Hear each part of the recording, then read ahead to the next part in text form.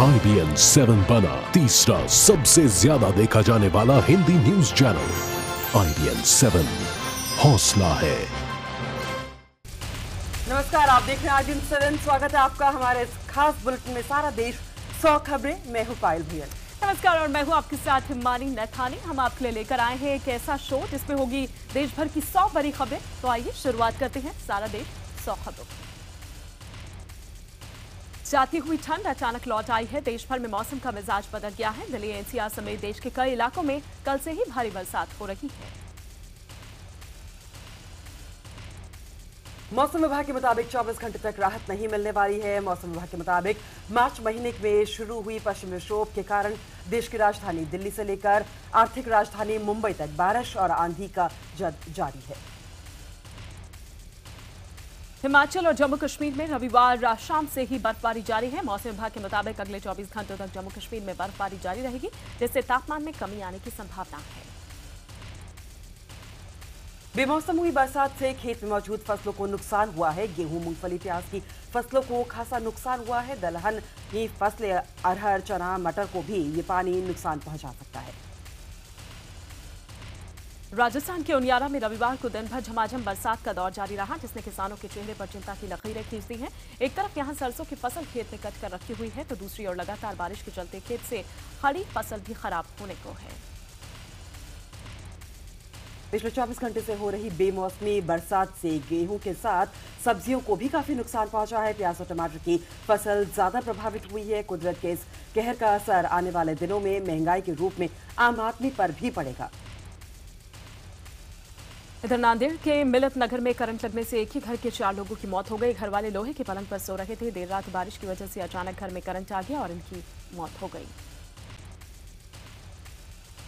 BJP नेता साध्वी प्राची ने एक बार फिर विवादित बयान दिया है। साध्वी ने कहा है कि हिंदुओं को अभिनेता आमिर खान, सलमान खान और शाहरुख खान की फिल्में नहीं देखनी चाहिए। देहरादून में विश्व हिंदू परिषद की रविवार को हुई सभा में प्राची ने कहा कि इन अभिनेताओं की तस्वीर अपने घरों में नहीं लगाने की सलाह भी दी। साध्वी प्राची ने यह भी कहा कि ये लव जिहाद को बढ़ावा दे रहे हैं। प्राची ने यह कहा कि लव जिहाद अंतर धार्मिक विवाह नहीं है, बल्कि ये आपराधिक सोच के साथ किए जाने वाला जबरन धर्म परिवर्तन है। हिंदू संगठन इसे कभी भी बर्दाश्त नहीं कर सकते। प्राची ने साक्षी महाराज के उस बयान का भी समर्थन किया जिसमें उन्होंने कहा था कि हिंदू ज्यादा से ज्यादा बच्चे पैदा करें ताकि देश में हिंदुओं की संख्या कम न हो। आम आदमी पार्टी में अरविंद केजरीवाल के 2 पदों पर काबिज होने और पार्टी के देश भर में विस्तार करने को लेकर 2 गुट बन गए हैं। पार्टी के आंतरिक लोकपाल ने अरविंद के 2 पदों पर रहने को लेकर सवाल उठाया है, तो सूत्रों के मुताबिक प्रशांत भूषण और योगेंद्र यादव की पार्टी के विस्तार को लेकर अरविंद और मनीष सिसोदिया में ठन गई है। एक अखबार के मुताबिक 26 फरवरी को हुई आम आदमी पार्टी की राष्ट्रीय कार्यकारिणी की बैठक में वरिष्ठ नेता प्रशांत भूषण और योगेंद्र यादव ने चिट्ठी लिखकर पार्टी की कार्य प्रणाली और चंदे लेने के तौर तरीकों पर सवाल उठाए थे। वहीं पार्टी में मतभेदों की खबर के बीच योगेंद्र यादव ने यह भी कहा कि उनके और केजरीवाल के बीच किसी तरह का कोई मतभेद नहीं। उन्होंने ये भी कहा कि आंतरिक लोकपाल की तरफ से जो मुद्दे उठाए गए हैं वो पार्टी के आंतरिक लोकतंत्र को दर्शाता है।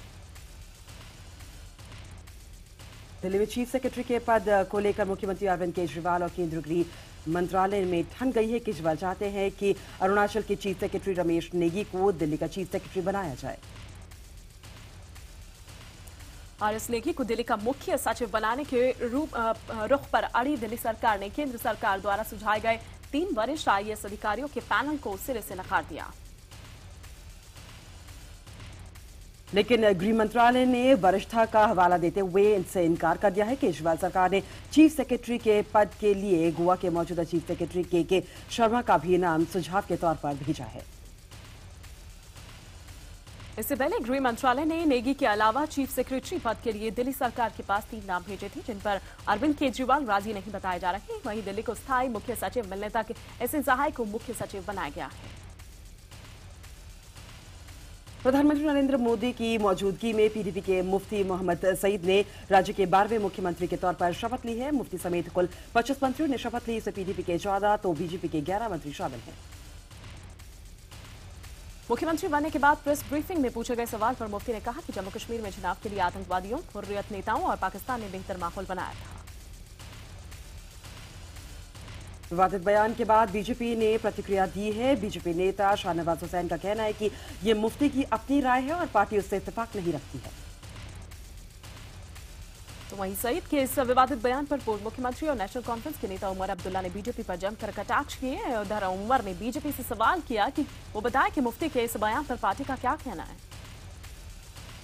उधर बीजेपी ने अनुच्छेद 370 पर भी समझौता का रुख अख्तियार कर लिया है। पीडीपी के साथ बने कॉमन मिनिमम प्रोग्राम में दोनों पार्टियों ने 370 पर वर्तमान स्थिति को बनाए रखने पर सहमति जताई है। लोकसभा चुनाव में मिली करारी हार के बाद से गोते में जा रही कांग्रेस पार्टी में अब बड़ा फेरबदल हो सकता है। राहुल की छुट्टी से लौटने के बाद उन्हें अप्रैल में पार्टी का अध्यक्ष बनाया जा सकता है। खबरों के मुताबिक प्रियंका गांधी को राहुल की टीम में अहम भूमिका दी जा सकती है। हालांकि प्रियंका के दफ्तर से कहा गया है कि वो पार्टी में कोई पद नहीं संभालेंगी। इस खंडन के बाद प्रियंका के महत्वपूर्ण पद मिलने की खबर पर विराम लग गया है। संसद के बजट सत्र से पहले कांग्रेस उपाध्यक्ष राहुल गांधी के अचानक छुट्टी पर चले जाने का पार्टी के वरिष्ठ नेता ए.के. एंटनी ने भी बचाव किया है। उन्होंने उम्मीद जताई है कि राहुल छुट्टी से और मजबूत होकर लौटेंगे। ऐसा कहा जा रहा है कि राहुल गांधी के निर्देश पर ही कई राज्यों के पार्टी अध्यक्षों की भी नियुक्ति हो रही है। सूत्रों के मुताबिक इसी सिलसिले में पूर्व केंद्रीय मंत्री भरत सिंह सोलंकी को भी गुजरात कांग्रेस का अध्यक्ष बनाया गया है। प्रधानमंत्री नरेंद्र मोदी ने युवाओं को तकनीकी तौर पर मजबूत होने का मंत्र दिया है। नस्कॉम में आईटी सम्मेलन में प्रधानमंत्री नरेंद्र मोदी ने युवाओं से नए इनोवेशन करने की बात भी कही। IBN 7 को मिली एक्सक्लूसिव जानकारी के अनुसार पिछले साल फरवरी में रक्षा मंत्रालय में जासूसी हुई थी। तत्कालीन रक्षा मंत्री ए.के. एंटनी और जनरल विक्रम सेठ के बीच की अहम बैठक की जानकारी लीक हुई थी। IBN 7 को सूत्रों से मिली जानकारी के मुताबिक पिछले साल हुए इस जासूसी कांड में बैठक की जानकारी पाकिस्तानी खुफिया एजेंसी ISI के हाथ भी लग गई थी।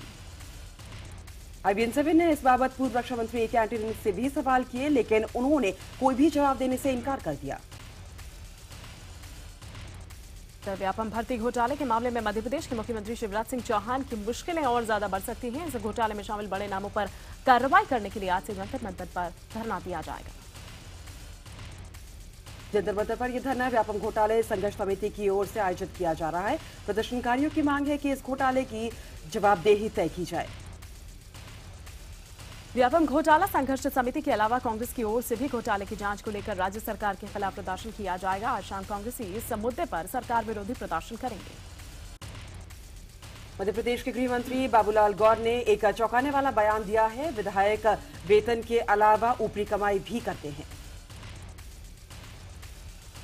आपको बता दें कि बाबूलाल गौर यही नहीं रुके, उन्होंने ये तक कह डाला कि नेता अपने काम की फीस तक लेते हैं। हालांकि आगे उन्होंने ये जरूर कहा कि इस ऊपरी कमाई के चक्कर में कई बार नेताओं को जेल तक जाना पड़ जाता है। डेरा सच्चा सौदा के प्रमुख गुरमीत राम रहीम की मुश्किलें और बढ़ सकती हैं। 166 पैरोकारों को नपुंसक बनाने के मामले में आज जांच एजेंसी रिपोर्ट सौंपेगी। बिजली कंपनियों के खातों की कैग से जांच के मामले में आज सुनवाई है। दिल्ली सरकार की बिजली कंपनियों के खातों की जांच सीएजी से कराने के फैसले को हाईकोर्ट ने जनहित में बताया था। पूर्व टेलीकॉम मंत्री दयानिधि मारन उनके भाई को आज 2G के कोर्ट के सामने पेश होना है। सेल एक्सेस डील के मामले में 2G केस पर गठित विशेष अदालत ने 6 अन्य लोगों को भी समन जारी किया है। आपको बता दें कोल ब्लॉक घोटाले की सुनवाई में आज एक और अहम दिन है। दिल्ली की राठी स्टील और पावर लिमिटेड कंपनी के खिलाफ सीबीआई की चार्जशीट पर स्पेशल कोर्ट विचार करेगी, जिसमें जांच अधिकारी से कुछ स्पष्टीकरण मांगे गए थे। कोल ब्लॉक नीलामी का दूसरा चरण आज है। कोयला मंत्रालय आज कोल ब्लॉक के लिए बोली लगाने में सफल रहे लोगों और कंपनियों के नामों की घोषणा करेगा। नीलामी की प्रक्रिया पहले 25 फरवरी को शुरू होनी थी, लेकिन दिल्ली हाईकोर्ट में दायर की याचिका की वजह से इस प्रक्रिया को 2 मार्च तक के लिए टाल दिया गया था। दिल्ली के मुख्यमंत्री अरविंद केजरीवाल ने द्वारका में बने 50 MGD वाटर ट्रीटमेंट प्लांट का उद्घाटन किया। मुख्यमंत्री केजरीवाल ने लोगों से पानी बचाने की भी अपील की। इधर विश्व हिंदू परिषद ने एक बार फिर धर्मांतरण के मुद्दे को हवा देते हुए दिल्ली में आयोजित एक कार्यक्रम में इसे रोकने के लिए कानून बनाने की मांग की। बीजेपी नेता प्रवीण तोगड़िया ने कानून बनाए जाने की मांग की, लेकिन इसका जिम्मा सरकार पर न डालकर विपक्ष पर छोड़ दिया है। धर्मांतरण के अलावा वहां मौजूद संगठनों ने लव जिहाद पर पाबंदी लगाए जाने की बात भी कही। मध्य प्रदेश के जबलपुर में राष्ट्रीय स्वयंसेवक संघ की समन्वय बैठक, सैकड़ों कार्यकर्ताओं ने इसमें हिस्सा लिया। संघ के वरिष्ठ कार्यकर्ताओं में शामिल हुए बीजेपी के वरिष्ठ नेता भी पहुंचकर यहां पर हिंदुत्व पर जोर देते हुए नजर आए। भूमि अधिग्रहण बिल में बदलाव की मांग कर रही शिवसेना अब केंद्र सरकार को चिट्ठी लिखकर बदलाव की मांग करेगी। शिवसेना के मुताबिक बिल पेश किए जाने से पहले अगर उनकी केंद्र के मंत्रियों के साथ बैठक होती है तो वो अपनी बात जरूर रखेंगे। रसायन और उर्वरक राज्य मंत्री हंसराज अहीर के मुताबिक भूमि अधिग्रहण बिल 2015 किसान विरोधी और गरीब विरोधी नहीं है, जैसा कि कई राजनीतिक दल लोगों से ये कहा जा रहा है। लोकसभा में पेश भूमि अधिग्रहण बिल और बिना स्थानीय नीति के राज्य में हो रहे नियुक्तियों के विरोध में झारखंड मुक्ति मोर्चा आज राज्यव्यापी धरना प्रदर्शन करेगी। कभी अन्ना के साथ ही रहे केंद्रीय रक्षा राज्य मंत्री जनरल वीके सिंह ने उनकी कड़ी आलोचना की है। वीके सिंह के मुताबिक अन्ना ने भूमि अधिग्रहण बिल के विरोध के दौरान कांग्रेस नेता राज बब्बर और दिल्ली के मुख्यमंत्री अरविंद केजरीवाल को मंच पर बैठाकर गलत किया। केंद्रीय रक्षा राज्य मंत्री जनरल वीके सिंह का कहना है कि अन्ना हजारे ने भूमि अधिग्रहण बिल को ठीक से नहीं पढ़ा है। वीके सिंह ने अन्ना पर आरोप लगाते हुए यह भी कहा कि वो राजनीतिक दलों के हाथों का मोहरा बन रहे हैं। उत्तर प्रदेश के टांडा से एसपी विधायक अजीमुल हक ने एक कार्यक्रम में विवादित बयान दिया। उन्होंने लोगों से छेड़खानी करने वालों के हाथ तोड़ देने की बात कही। इसके साथ ही वो ऐसा करने वाले लोगों के साथ खड़े हैं, ऐसा भी कहा। बिहार की राजधानी पटना में भाकपा माले के कार्यकर्ताओं ने केंद्रीय वित्त मंत्री के पेश किए बजट का विरोध किया। इस मौके पर मौजूद कार्यकर्ताओं ने कहा कि इसमें सिर्फ कॉर्पोरेट घरानों पर ध्यान दिया गया है। आज से छत्तीसगढ़ विधानसभा का बजट सत्र शुरू हो रहा है। इस सत्र की बैठक काफी हंगामेदार रहने के आसार है, क्योंकि सत्र में विपक्षी कांग्रेस पार्टी ने सार्वजनिक वितरण प्रणाली में हुई वित्तीय अनियमितताओं के मुद्दे को उठाने की तैयारी की है। छत्तीसगढ़ विधानसभा का ये सत्र आज से शुरू होकर 7 अप्रैल तक चलेगा। राज्यपाल के अभिभाषण के बाद सत्र शुरू होगा। इस सत्र में सरकार कई अहम विधेयक भी पेश करेगी। बीजेपी सांसद योगी आदित्यनाथ ने मदर टेरेसा पर आरएसएस प्रमुख मोहन भागवत के बयान पर सुर में सुर मिलाते हुए कहा कि गरीबों की सेवा के नाम पर धर्म परिवर्तन कराना गलत है। आदित्यनाथ ने वीएचपी नेता प्रवीण तोगड़िया के बेंगलुरु में प्रवेश पर पाबंदी के लिए कर्नाटक में कांग्रेस सरकार की आलोचना करते हुए इसे एक गलत फैसला बताया। कांग्रेस पार्टी में संगठनात्मक बदलाव लाने और करारी हार की समीक्षा के लिए हुई बैठक में टिकट वितरण की प्रक्रिया पर भी सवाल उठे हैं और जिन कार्यकर्ताओं को टिकट नहीं मिला था उन्होंने अपना गुस्सा भी निकाला। तेल कंपनियों ने गैर सब्सिडी वाले गैस सिलेंडर की कीमतों में 5 रुपए का इजाफा कर दिया। अब देश की राजधानी दिल्ली में 14 किलो का गैर सब्सिडी सिलेंडर 610 रुपए की कीमत पर मिलेगा। तेल कंपनियों ने हवाई जहाज में इस्तेमाल होने वाले ईंधन की कीमत में भी 8.2% की बढ़ोतरी कर दी है। इससे ईंधन की कीमत में प्रति किलोलीटर 3,850 की बढ़ोतरी हो गई है। इससे हवाई किराए में बढ़ोतरी की आशंका भी है।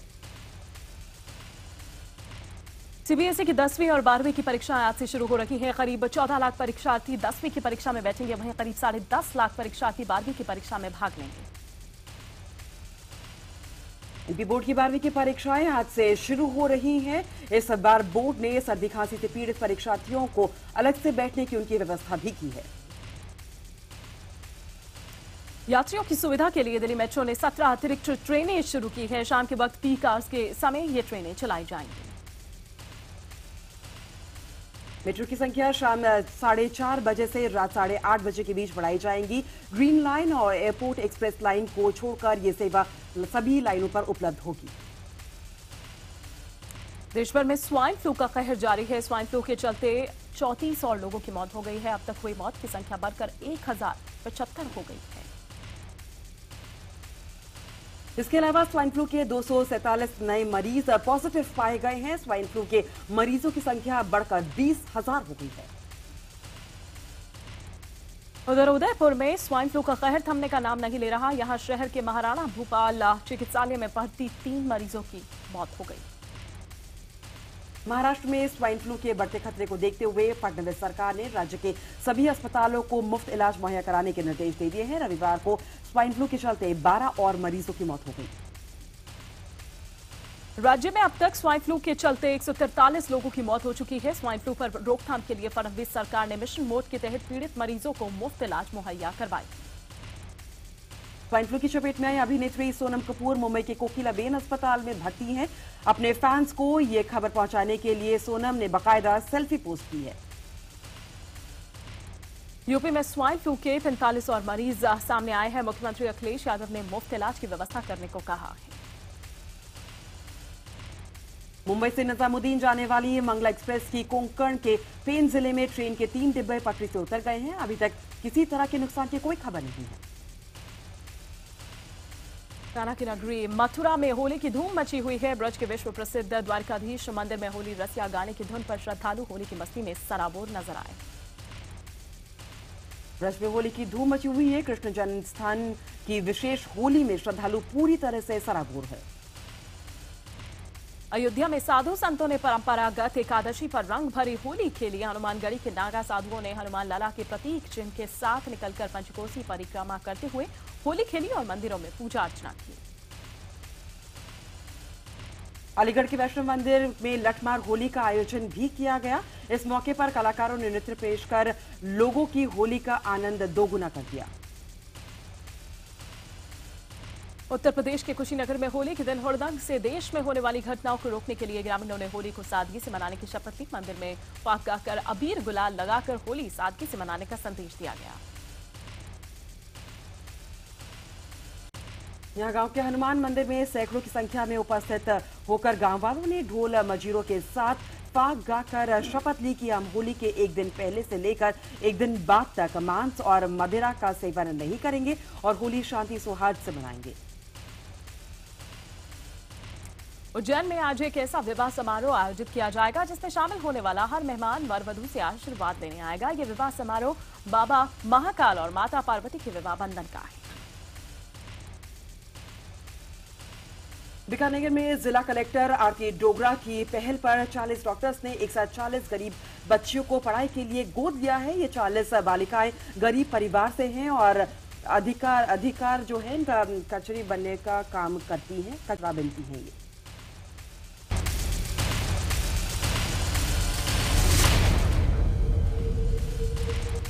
ये फिर से आपका स्वागत है। सारा देश 100 खबरों में खबरों के सिलसिले को आगे बढ़ाते हैं।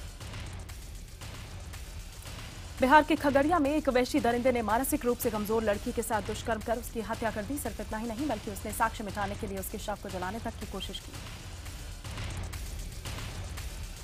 महाराष्ट्र के जलगांव में एक महिला को बुरी तरह से पीटने का वीडियो सामने आया है।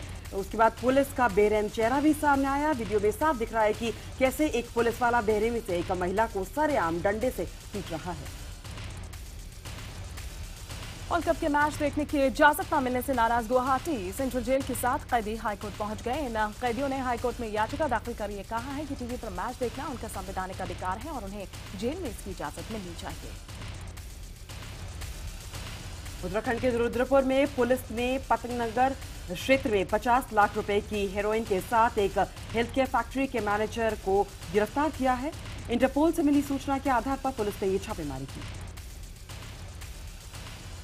पालघर में एक छोटी सी बात पर कत्ल का सनसनीखेज मामला सामने आया है। एक शख्स ने मुर्गा चोरी के शक में अपनी पड़ोसी की हत्या कर दी।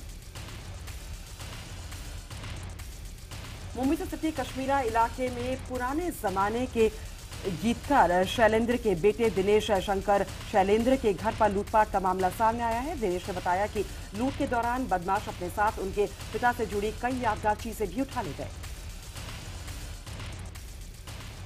दिनेश शंकर ने इस बंगले को खरीदने के लिए रिंकू पटेल नाम के एक शख्स के साथ सौदा किया था। इसके लिए उन्होंने 25 लाख रुपए भी दिए थे। दिल्ली स्थित ग्रेटर नोएडा में पति से पीछा छुड़ाने की कोशिश में एक पति ने हैवानियत की सारी हदें पार कर दी। आरोपी ने प्रेमिका को पाने की चाहत में सीआरपीएफ के काम करने वाले एक शख्स ने अपनी पत्नी को एड्स का इंजेक्शन लगा दिया। शनिवार को दिल्ली के पालम इलाके में एक इमारत में आग लगने से 3 लोगों की मौत की सच्चाई सीसीटीवी कैमरे में कैद हो गई। इन तस्वीरों के जरिए ये बात सामने आई है। सीसीटीवी तस्वीरों में नजर आ रहे अनिल नाम के इस शख्स की संदिग्ध गतिविधियां देखकर पुलिस ने उसे हिरासत में लेकर पूछताछ की और जिस दौरान उसने अपना गुनाह कबूल कर लिया। पुलिस के मुताबिक अनिल अपनी पत्नी और सास से काफी परेशान था। दोनों को ठिकाने लगाने के लिए उसने ये साजिश रची। बिहार पुलिस को आरा सिविल कोर्ट में हुए बॉम्ब ब्लास्ट मामले में एक सफलता हाथ लगी है। पुलिस ने इस मामले में फरार कैदी अखिलेश उपाध्याय को गिरफ्तार कर लिया है। छत्तीसगढ़ के कोहाड़ाजाड़ इलाके में 4 साल के एक मासूम के साथ दुष्कर्म का मामला सामने आया है। पुलिस ने भी मामले को गंभीर होता देख आरोपी रवि को गिरफ्तार कर लिया है। इसके पॉस्को के तहत मामला दर्ज कर लिया गया है। छत्तीसगढ़ के सरगुजा जिले में एक स्कूली छात्र की गला दबाकर हत्या करने का सनसनीखेज मामला सामने आया है। छात्र का शव उसकी प्रेमिका के रघुनाथपुर स्थित घर पर मिला, जिससे पुलिस इसे प्रेम प्रसंग का मामला मान रही है। मृतक छात्र के गले में रस्सी और शरीर में मारपीट के निशान मिले हैं, जिससे यह अंदेशा जताया जा रहा है कि छात्र की हत्या करने वाले ने उसकी गला रेत कर और गला दबाकर हत्या की होगी। शिमला के जाखू में एक घर से चोरों ने लाखों के गहनों और 5 लाख की नकदी पर अपना हाथ साफ कर लिया। पुलिस ने नौकर को हिरासत में लेकर पूछताछ की। 1 करोड़ रुपए के जेवर चोरी मामले में पुलिस ने दिल्ली के करोलबाग इलाके में एक ज्वेलर्स की दुकान के 20 लाख रुपए के जेवर बरामद किए हैं। झांसी और मथुरा रेलवे स्टेशन के बीच राजधानी एक्सप्रेस से 24 फरवरी को 1 करोड़ के जेवर की चोरी हुई थी। पुलिस को सूचना मिली थी कि चोर ज्वेलर्स की दुकान पर चोरी के जेवर बेचने आ रहे हैं। पुलिस की छापेमारी से पहले ही चोर ज्वेलर्स की दुकान से जेवर छोड़कर भाग निकले। जगमोहन डालने का करीब 1 दशक बाद फिर बीसीसीआई अध्यक्ष बनना तय हो गया है। आज बीसीसीआई की एजीएम में इस पर औपचारिक मुहर लगना लगभग तय है, क्योंकि चुनाव से पहले सिर्फ डालमिया ने ही अध्यक्ष के पद पर पर्चा भरा हुआ है। लेकिन बाकी पदों के लिए कड़ी टक्कर देखने को मिल सकती है। हालांकि इस रेस में शरद पवार और अनुराग ठाकुर का नाम भी आ रहा था, लेकिन जरूरी समर्थन न मिलने की वजह से दौड़ से बाहर हो गए। बीसीसीआई के नियमों के मुताबिक इस बार अध्यक्ष पूर्वी जोन के 6 सदस्यों की नॉमिनेट करना था। चुनाव में खड़े होने के लिए इन सदस्यों में से 2 का समर्थन जरूरी था। डालमिया को सभी 6 सदस्यों का समर्थन मिला और वह बिना किसी विरोध के उन्होंने पर्चा भरा। डालमिया श्रीनिवासन के समर्थन से ही बीसीसीआई के अध्यक्ष बने हैं। सुप्रीम कोर्ट की सख्ती के बाद श्रीनिवासन के लिए चुनाव लड़ने का विकल्प बचा नहीं था। बीसीसीआई के चुनाव में सचिव पद के लिए संजय पटेल और कोषाध्यक्ष पद के लिए अनुज चौधरी मैदान में हैं। ये दोनों श्रीनिवासन कैंप के हैं। इनके सामने अनुराग ठाकुर और राजीव शुक्ला भी हैं। और इसी के साथ सारा देश के सफर में मेरे और पायल के साथ फिलहाल इतना ही। रुकेंगे एक छोटे से ब्रेक के लिए।